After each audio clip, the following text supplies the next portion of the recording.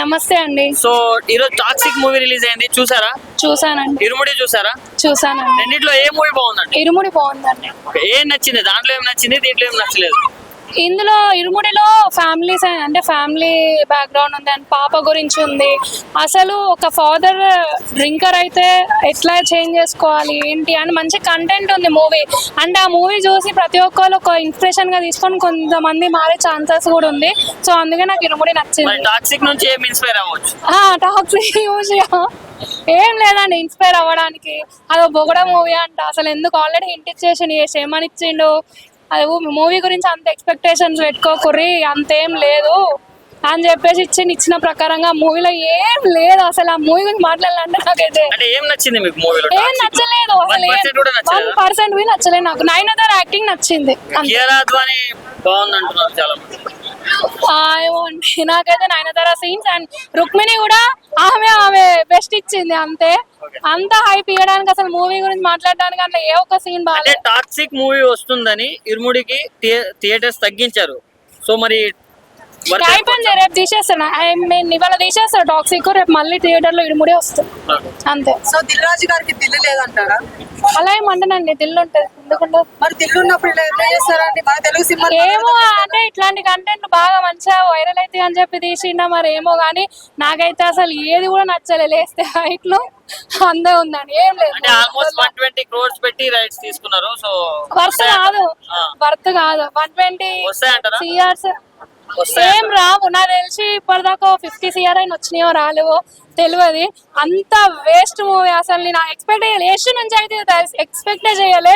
And ఎవరు ఆ ముందే డైరెక్టర్ గీతూ మోహన్ దాస్ అసలు ఏంది పాప ఇట్లా తీసిన మూవీ, ఎంత డిసప్పాయింట్.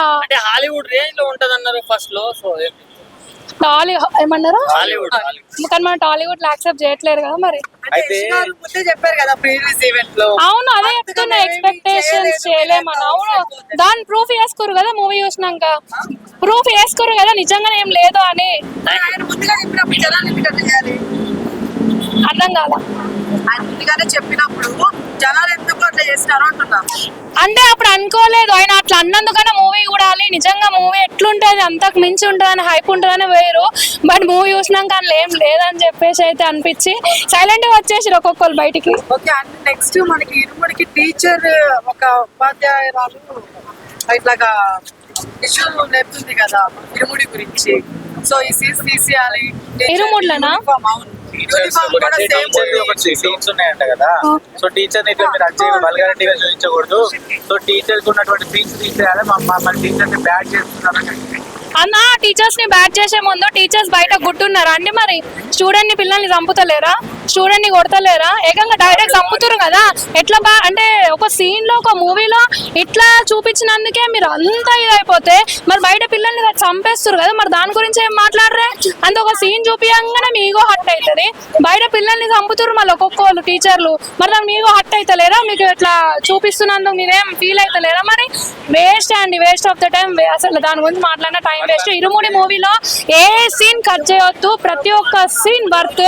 అసలు మూవీ వర్త్. ఆ మూవీ చూసి చాలా మంది ఇన్స్పైర్ అవుతున్నారు, చాలా మంది మార్చుకున్నారు వాళ్ళ బిహేవియర్ కూడా.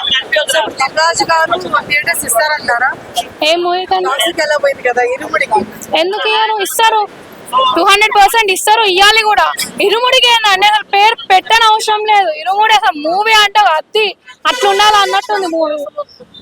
అదండి. సో ఫైనల్ గా ఇంకోసారి తెలుగు ఇండస్ట్రీకి ఇలాంటి దెబ్బలు తగలకూడదంటారా? తాకొద్దండి. టాక్సిక్ అయితే ఇట్స్ వెరీ హర్టింగ్. అసలు నేనైతే ఎన్ని ఎక్స్పెక్టేషన్స్ పెట్టుకున్నాను, మన మూవీ చూసినాక దాంట్లో ఏమి లేదు.